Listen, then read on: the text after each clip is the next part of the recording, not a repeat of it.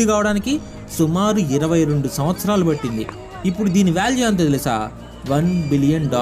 దీన్ని కట్టడానికి ఆ కాలం నాటి మొఘల్ ఆర్కిటెక్ట్స్ చాలా అద్భుతమైన టెక్నిక్ వాడారు. అది చూసి ఈ కాలం టాప్ ఇంజనీర్స్ ఇప్పటికీ అప్రిషియేట్ చేస్తారు. కొన్నిసార్లు దీన్ని చూస్తే ఇల్యూజన్ కూడా క్రియేట్ అవుతుంది. ఎగ్జాక్ట్ దాని సైజ్ని దూరం నుండి మనం అస్సలు డిసైడ్ చేయలేము. అంతేకాదు దీని చుట్టూ ఉన్న మినార్స్ నిటారుగా లేవు. మీరు సరిగ్గా చూస్తే అవి సైడ్కి వంగి ఉంటాయి. దీన్ని ఇలా డిజైన్ చేయడానికి ఒక రీజన్ ఉంది. అదేంటంటే ఎప్పుడైనా పెద్ద ఎర్త్క్వేక్ వస్తే అవి సైడ్కి అంటే బయట వైపే పడాలి. ఒకవేళ అవి నిటారుగా ఉంటే అది తాజ్ మహల్ పైన పడుతుందేమో అని ఈ కారణం వల్లే వాటిని అలా డిజైన్ చేశారు.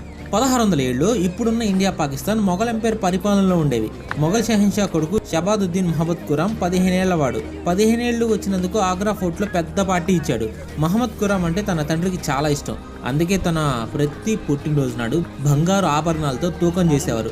తన బరువు ఎంత ఉందో అంత నగల్ని తన పేరు మీద ఉంచేసేవాళ్ళు.